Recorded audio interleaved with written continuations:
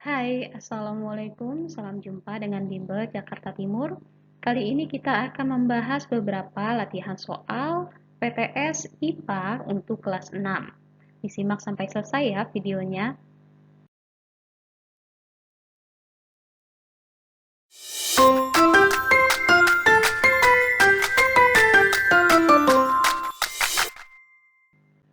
Soal yang pertama, menutupnya daun putri malu bila disentuh menunjukkan ciri makhluk hidup, yaitu jadi di sini daun putri malunya menutup karena disentuh.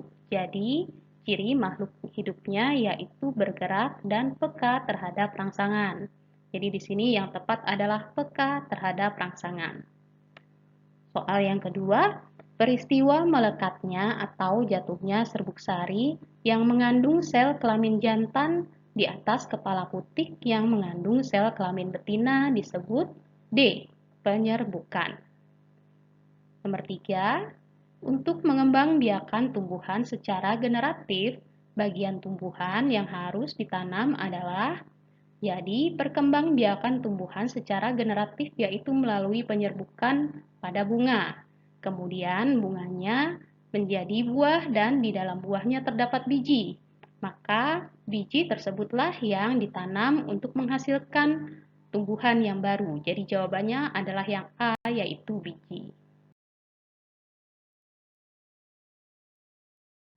Soal nomor 4, ciri-ciri bunga yang penyerbukannya dibantu angin ditunjukkan oleh D. Serbuk sarinya ringan dan banyak sehingga mudah ditiup oleh angin.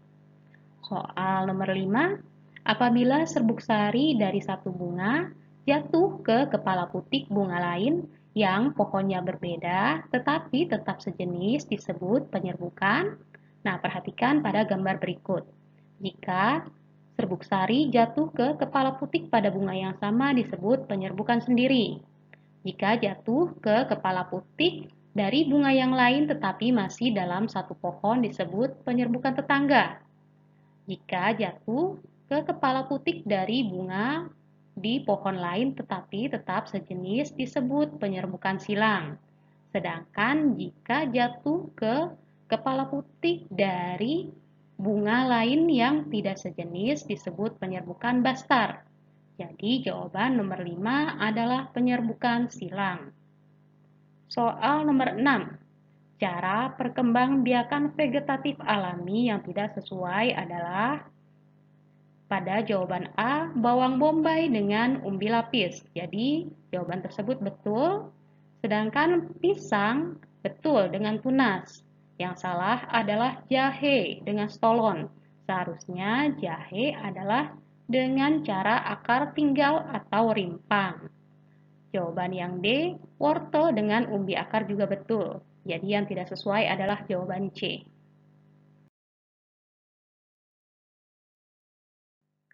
Soal nomor 7.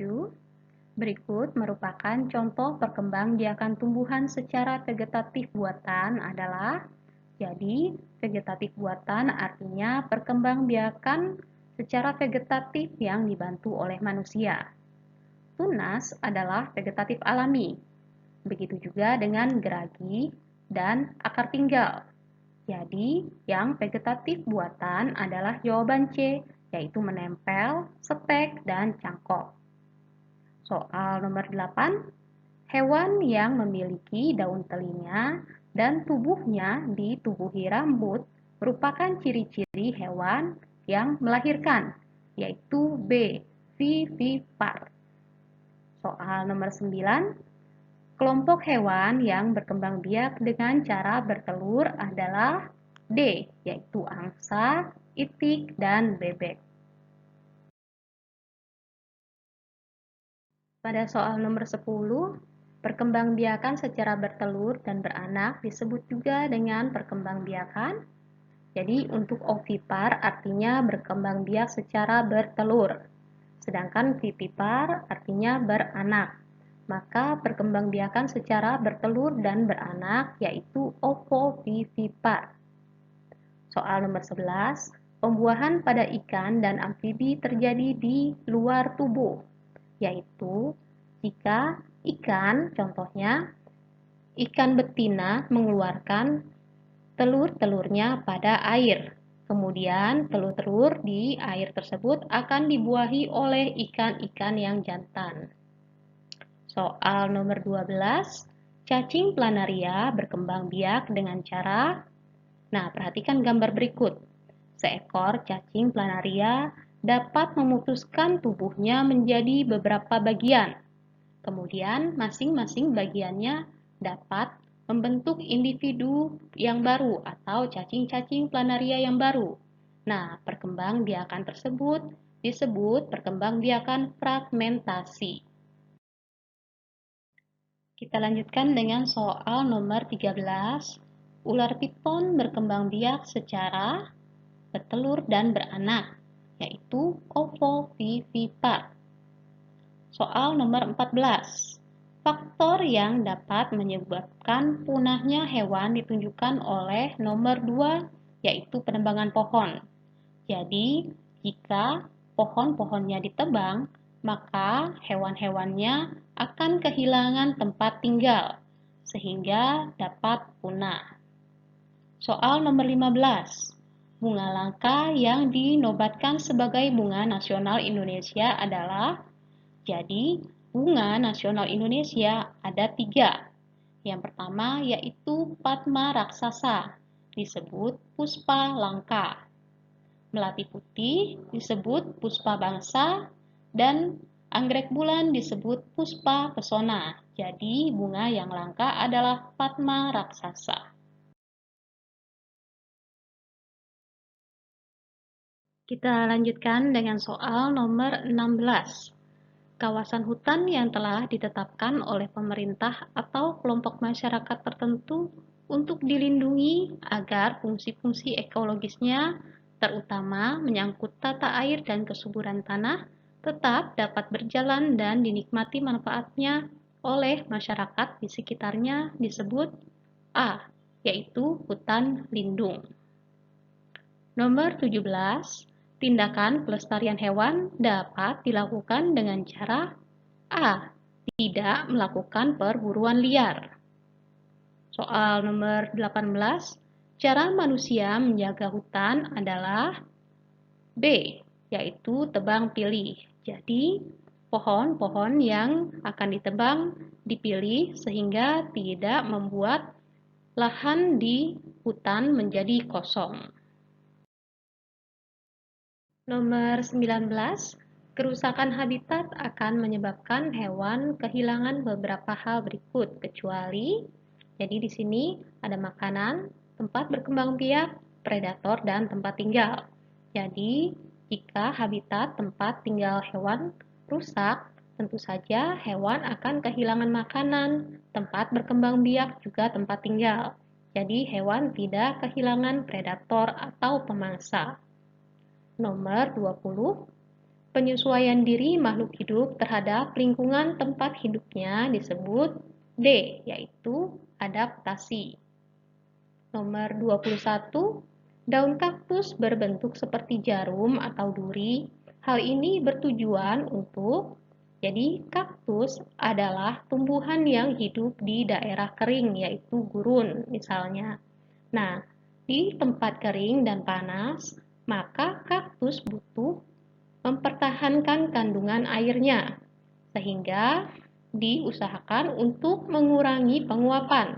Salah satunya adalah dengan daun yang berbentuk jarum atau duri. Jadi tujuannya untuk mengurangi penguapan.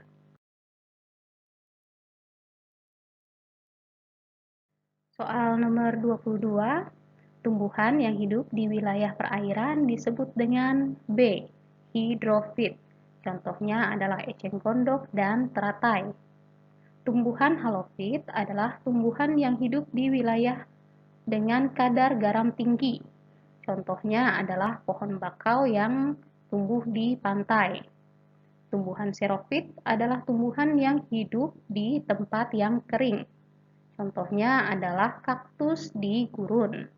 Sedangkan higrofit adalah tumbuhan yang hidup di tempat yang lembab. Contohnya adalah lumut. Soal nomor 23, Tumbuhan yang hidup di lingkungan yang terdapat sedikit nitrogen beradaptasi dengan cara A. Menangkap serangga. Jadi, serangganya dijadikan sebagai sumber nitrogen.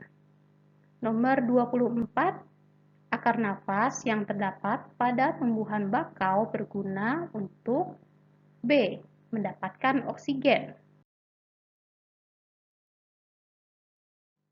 Soal nomor 25, adaptasi tingkah laku pada tumbuhan dapat dilihat dari pohon jati menggugurkan daunnya ketika musim kemarau. Hal ini bertujuan, jadi ketika musim kemarau, cuacanya panas, proses penguapan lebih cepat terjadi. Maka untuk menguranginya, pohon jati menggugurkan daunnya. Jadi tujuannya adalah untuk mengurangi proses penguapan. Tingkah laku pohon jati yang menggugurkan daunnya tersebut disebut dengan meranggas. Nomor 26, bentuk paruh burung pipit yang pendek, tebal, dan runcing bertujuan untuk. Nah, bentuk paruh dari burung adalah adaptasi yang disesuaikan dengan cara makannya. Burung pipit adalah burung yang makannya biji-bijian. Jadi, bentuk paruhnya disesuaikan untuk memecah biji-bijian.